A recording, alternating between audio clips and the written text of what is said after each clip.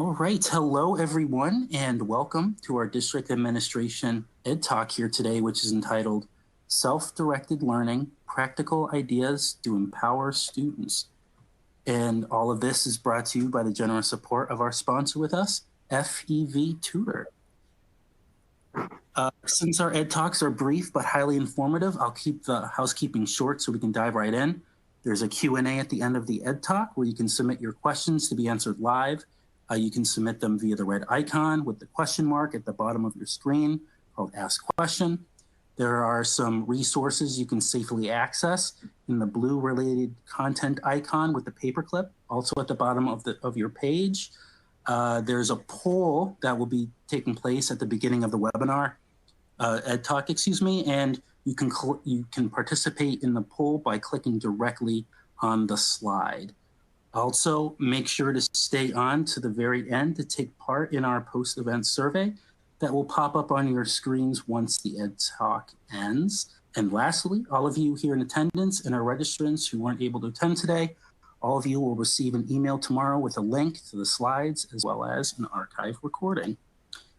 And now it is my pleasure to introduce our speaker with us today. We have Amy Allen, who is Assistant Superintendent of Teaching, Leading, and Learning at Manchester School District in New Hampshire. Hi, Amy. Great to have you with us today. You may now begin. Thank you. So thank you for the introduction. My name is Amy Allen. I am the Assistant Superintendent of Teaching, Learning, and Leading in Manchester, New Hampshire. We are the largest district in New Hampshire with just under 13,000 students, 21 schools. Prior to the assistant superintendentship, I was the assistant principal at a middle school here in Manchester. I was the principal of Parker Varney Elementary School, which was a turnaround school in which we use self-directed and personalized learning as our turnaround strategy. So we went from turnaround school to New Hampshire School of the Year in 2015 and a award, a winner national in 2016. I've been in the role of assistant superintendent since 2017, and then I'm finishing up my last week here in Manchester to move on to a superintendent position. So I'm honored to be here today to talk about fostering student agency and talking about 3 practical ideas that will empower our students. Next slide. Thank you. First of all, we're talking about creating opportunities for independent learning, teaching decisions and making responsibility, and building high school pathways. So there's 3 practical ideas that we are going to cover today in this webinar. And the first one is high impact tutoring, and that's one-on-one tutoring. And this has been online learning that's giving our students the opportunity to receive individualized data-driven instruction and to take control of the learning too. So I will explain some of the strategies that we use within our district and how that really has transformed some of our teaching within school and out of school hours. I'm going to talk briefly just about teaching AI responsibility. Obviously, this technology is here. It is very innovative, but we must teach our students to really think about those critical thinking skills and how to use it responsibly. Finally, I'm going to highlight one of the initiatives that we have at the Manchester School District. It's post-high school career pathways and certifications, more specifically our school to teacher pipelines and about a teacher apprenticeship program that we have developed.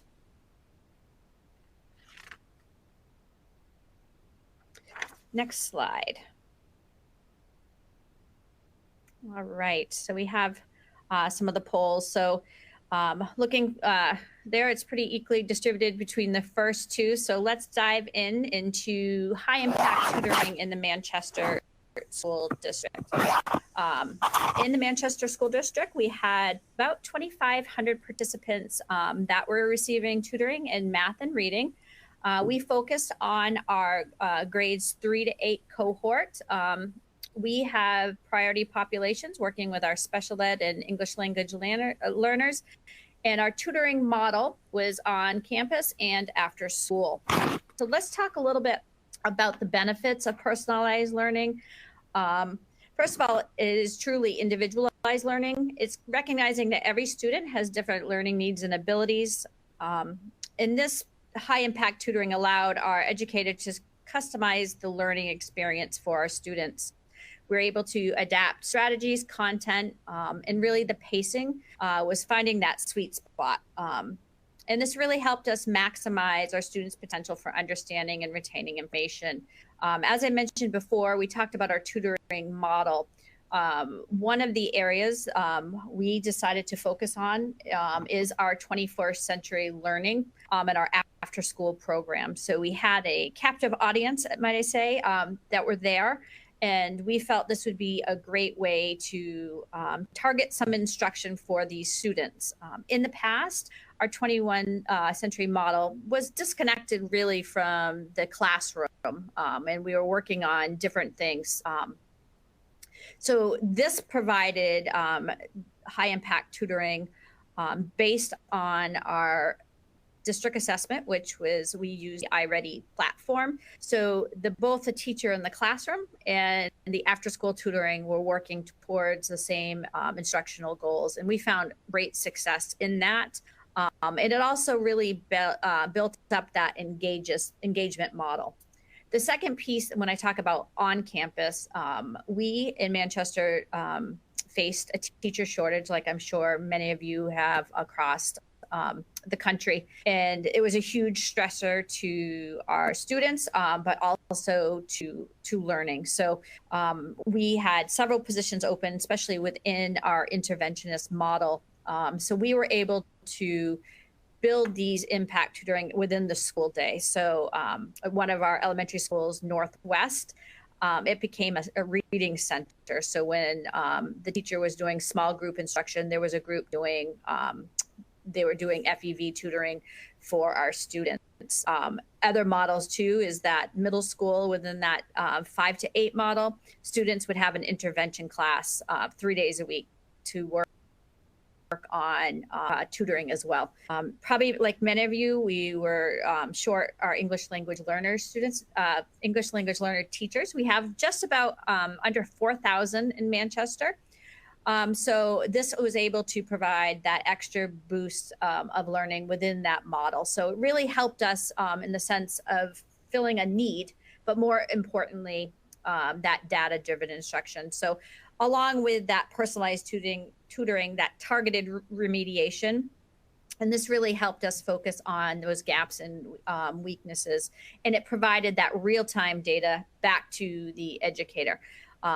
It also, which I find is very important, sometimes we don't focus on this, but that accelerated learning model. And this benefits the high achieving students as well that need to have more challenging material or have a faster pace of instruction. So within this tutoring model too, it really helps students really push to meet their stretch goals and to advance too. So in Manchester, I always say our RTI model is upside down. So we often focus on these students that need the absolute most intervention. This high impact tutoring really, everybody benefited from that. One of the pieces that we found immediately with our after school program too is really enhanced engagement.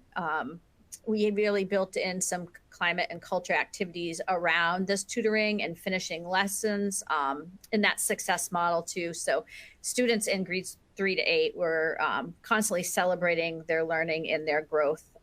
Obviously, the primary goal of this is to improve our academic performance.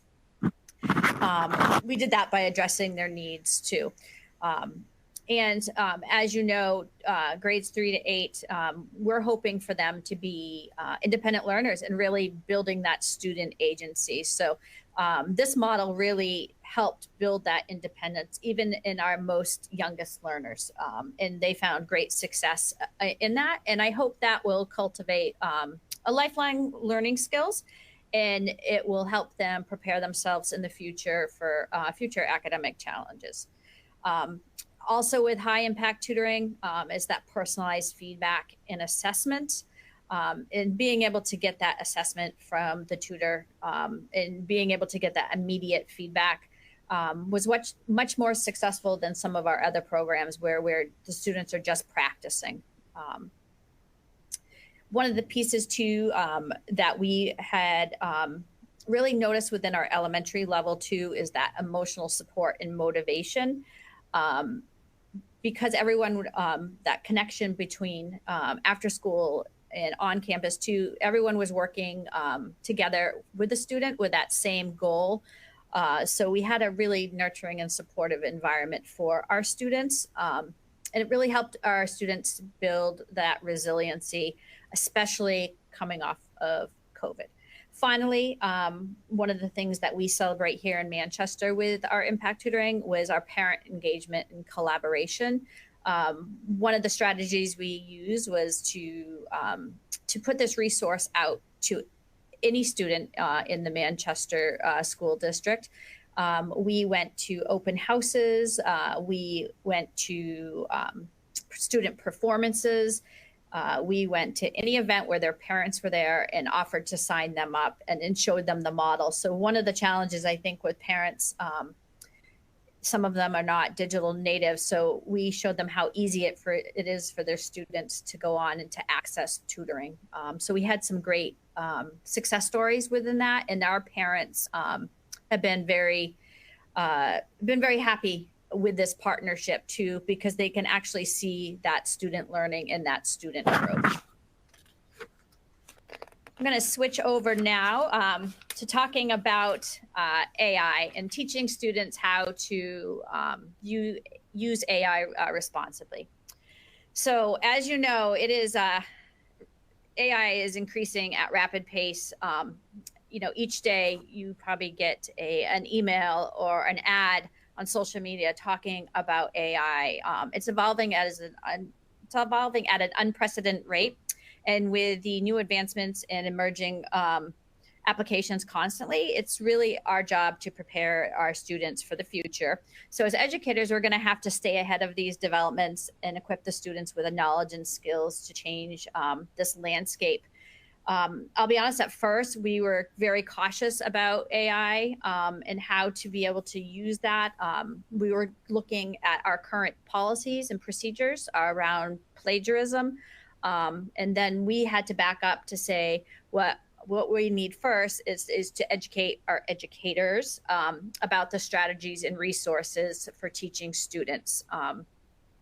We know, regardless, even if we have a policy, some students are going to be able to go around whatever loophole on your computer that blocks the site and to be able to access that. So we want to make sure that we are teaching our students the ethical challenges that I think that can come up with AI. There are tons of considerations and societal impacts that are evolving about teaching these days. We want to make sure that AI does not replace the teacher, and that we can use this to enhance our education and our skills. So some of the strategies within the classroom to talk to students about AI is discussing real world scenarios and case studies, modeling it with students too. If you have an assignment, as you know, it could potentially write a research paper, right? And we don't want that to write research papers for our students. So talking to them about those critical thinking skills, about asking questions, right? It's at a whole different level of information versus Google. So we have to be able to explore those ethical dilemmas, right? And making sure that schools and school districts are having clear policies about acceptable uses. And then we're engaging our educators and our students in critical discussions and how they can think about and analyze potential ethical challenges that are coming up with AI systems. I feel like being proactive with teaching ethics and being proactive about teaching AI in education, hopefully we are building those skills that we are helping our students to potentially navigate negative consequences in the future. I attended a graduation speech for college, and the college president, one of the first things he said is that AI wrote his speech. And so we know it's out there. It's really important for us is to think critically about the use of it, how it can benefit you as an educator. What efficiencies can it help you to become a better educator?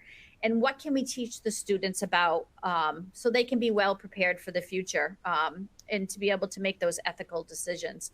And how can it help them think deeper and think more critically and enable them to be a critic of some of these new apps and devices? So, as I said, it is emerging technology, but it's happening so fast. We'd be remiss as educators if we did not take this opportunity to educate ourselves, to get with your administrators and think about those policies and restraints. All right, finally, we're going to move on to creating career pathways. And I just want to talk about this apprenticeship program in Manchester. So, as I mentioned before, just under 13,000 students, 21 high schools. We have about 50% white, 50% BIPOC population. Our teacher workforce does not represent that. So not only do we have a teacher shortage, we want our teachers to represent our student body as well. So one of the ways that we have started to address that is through career pathways. So a lot of schools have them, these apprenticeship programs. And for us in New Hampshire, we're not a diverse state, although we have a diverse city and a school district. We figured we needed to grow our own educators and retain them. So what we did is that we partnered with a local community college here in New Hampshire and applied for an apprenticeship grant with the Department of Labor. So similar to the plumber apprenticeship, the electrical apprenticeship, we applied for an educator apprenticeship. So we are taking graduates and we're also taking current paraprofessionals, parents who are interested in this career pathway, and they can enter our apprenticeship program. And they will start off as a paraprofessional. And through the apprenticeship program, they will graduate with a teaching degree to little or no cost at all. That was really important for us in terms of equity, making sure that people can go into this field, want to stay and work in the city and state of New Hampshire, but value for them for the work they're doing as educators. So as we know, the cost of higher education is extremely high. So this was a really quick, affordable pathway to that program. So right now, with little to no advertisement from January to this June, we have 22 new teacher apprentices. And then now we are just recruiting additional ones for the fall. So it's been a quick program that's really modeled on our CTE programs. But now we have those partnerships with higher ed. So they are taking those dual enrollment classes and taking classes that are free or to little cost at all. So we're really excited about this and the future of the teacher pipeline and helping filling a teacher shortage, but also in terms of equity too, is making sure that our students have the very best teachers in front of them. So some key takeaways, obviously self-directed learning and student empowerment are key. Every educator believes in that student agency. It's really about that autonomy and ownership. We want students to be allowed to take care of their learning, take control of their learning journey, and help them empowered to make those decisions about what, how, and when they will learn. This also develops those skills of lifelong learning, critical thinking and problem skills, as we mentioned before, related to the AI. That's really important. Building those capacities for students to analyze information, evaluate those sources, and making informed decisions, taking responsibility and accountability. And that's really important. That really has built the capacity for our most youngest students, 3 to 8, through tutoring, and now opening up huge doors with these career pathways. Uh, so I want to thank you. I think I'm nearing my 20-minute talk, but this was just a brief overview of just what one district is doing to really self-empower our students, to provide innovative, creative spaces where they can learn and grow. So thank you. Perfect. Yeah, and thank you, Amy. It was like right on the 20-minute mark. That was awesome. That's impressive. I'm not sure I could do that again. Yeah, so now we've come to the audience Q&A portion of our Ed Talk today, so where you can now send in your questions in, so Amy can answer your questions live on the air. If you haven't already, you can send in your questions in writing, and you can do that by accessing the Ask Question module that we have right there. It's on the bottom of your screen. It's the red icon with the question mark, and I'll have that pop up in a few moments. But let's see, first question that came in. So at this particular district, they're wondering how they can involve parents and guardians in supporting and promoting self-directed learning for students. So as a strategy, as I talked about before, like we brought everything to them. We noticed our engagement activities are definitely stronger when happens to be student performance or student led. When I was a principal, I remember my first open house, there was like maybe 200 people at the open house. And that was a stretch. That was with everyone's kids. Then we started having student-led conferences. We did exhibitions of learning, and really student empowerment pieces. And then students started to kind of take over those events. And our last open house was 800. I joke that I think people that in the community came to our open house even if they didn't have students there, because it was just really the student-centered approach for that too. So that's kind of one of the strategies that that I use, really, is putting them in front of their learning and sharing that learning too.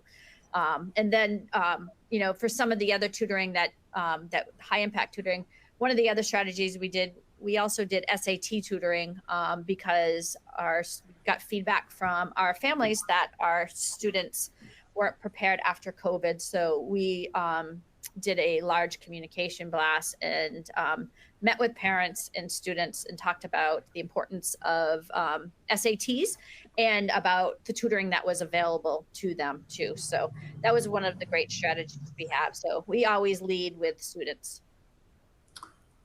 Perfect. Awesome. Now this next question is a quick one.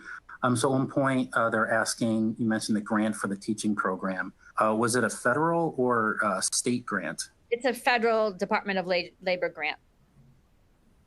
Perfect. Next question that came in, is there a tutoring schedule that works for teachers and students? I think within the school day, we had the most success when it was built within that center model. So the teacher had planned their lessons for group instruction, individual direct instruction, and then independent. So they would tutor them in that way. And then we just went ahead and scheduled those tutors at the same time every day. And as you know, there's such a shortage of interventionists. Like I said, this was like everybody could have access to high impact tutoring. So that was really helpful. And then within our 21st century model, we had the students there and we just built that into the academic time.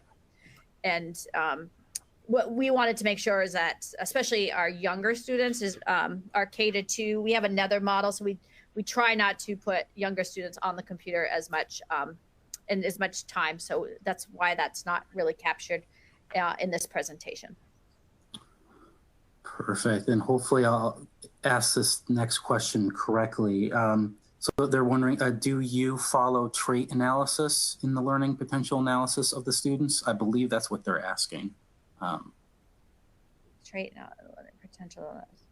I'm not sure. We do. Yeah, I'll be honest. Yeah, we do. In Manchester, when we sit down with students, especially within the 21C, we find learning strengths, and kind of do that profile of a learner, and making sure, that we are meeting those individual and student needs that way. Um, but we also have students that probably need intervention in math, but really love the English. So those are those conversations that we have with the educator and teacher and student, and work out a plan that works for them, and to build their confidence. Perfect. And Krishna, if you want to follow up, please, you can again reach out and ask question if you would like a follow up on that question. Let's see. So another one that came in what ways can AI be integrated responsibly into the classroom to enhance self-directed learning experiences? We actually did an exercise too, where we had students within modeled interviewing people. So you could put in there is that you want to have an interview with Amelia Earhart and ask questions. So we've engaged in strategies of that. So it's really appropriate learning ones. And because then we have the conversations about what is inappropriate uses of AI in terms of that. And that really was the hard conversation, because it didn't fit our plagiarism policy, right? Because this is new information. It's pulling it from multiple sources. So we did activities around that and taught him how to use that information. And it also goes back to those conversations. It is about learning, right? And so it's important that students have that motivation that is about learning. Also with our educators, is the educators who have had these students for multiple years, or a period of time, they can spot something that's not written by them, right? So we went for the approach too, is making sure we're using the strategies and efficiencies that may help them or even deepen their understandings. And that exercise, the interviews with people from history, was really powerful for them. And that was one of the higher ranked activities that we've done with our students. Awesome. And it looks like we have about one more question that we can get to. So we're almost at that 30-minute mark, and we want to be mindful of your time. So next question that came in, what ratio of tutoring engagement analysis of a student involvement is practiced? What ratio of, can you repeat that again? Yeah, ratio of tutoring in regards to engagement analysis of student involvement. Right. So our students for 21C, they would be getting their tutoring 30 minutes to 45 a day within that 20 for 4 days a week. In the schools, in the on-campus model, it could be 2 to 3 times a week. What we found too is that we have some families and students that, especially within that middle school, you could ask a tutor a question at any time. So there was lots of opportunities that were students were kind of taking that self-directed approach and looking to see, asking, hey, can you help me with this algebra? And they would go into those sessions too. I found those really interesting to find too, and especially as an administrator, to looking at trends to see, because it really informs instruction. If 10 out of 30 kids didn't understand this lesson, then obviously we need to do something about that instructional piece. So there's lots of great tools within that piece and looking at that data analysis. All right, perfect. Well, we're right at that 30-minute mark. And again, this is Ed Talk, so it's a little shorter 30-minute presentation with Q&A. So if there were any questions that we didn't get to today, we at DA will be sharing them with our partners at FEV Tutor, so they can get back to your questions individually after today's Ed Talk. And actually, as I go through my closing slides in just a few moments, please feel free to continue submitting any questions if they come to mind, and I'll make sure they're sent over so they can be answered at some point in the future. And don't forget to stay on until the very end of the presentation to participate in our post-event survey. But first off, thank you again to Amy for sharing your expertise and your time with us today. We really appreciate it. And of course, thank you to FEV Tutor. And I'd also like to take a minute just to thank our audience for joining us here today. For those of you who enjoyed what you saw, we have more DA Ed Talks like this one that are provided by us at this District Administration, which is the leader in editorial coverage of news, trends, as well as current issues in K through 12. We have a wide range of readers who subscribe for free to DA, and they stay up to date with us in our print magazine, online, newsletters, webinars, and DA Ed Talks like this one. Also, if you would like to watch this DA Ed Talk again, or for those of you who believe that what you heard would be helpful to your colleagues, and I'm very sure that's the case, you'll be pleased to know that our team at DA will be sending you an email at some point later tomorrow. And in that email, it will include an on-demand recording of this Ed Talk, as well as a link to the slides. So with that, on behalf of DA, this is Stephen Blackburn. Thanks, everyone, and thank you again, Amy, for your time. Have a great rest of your day.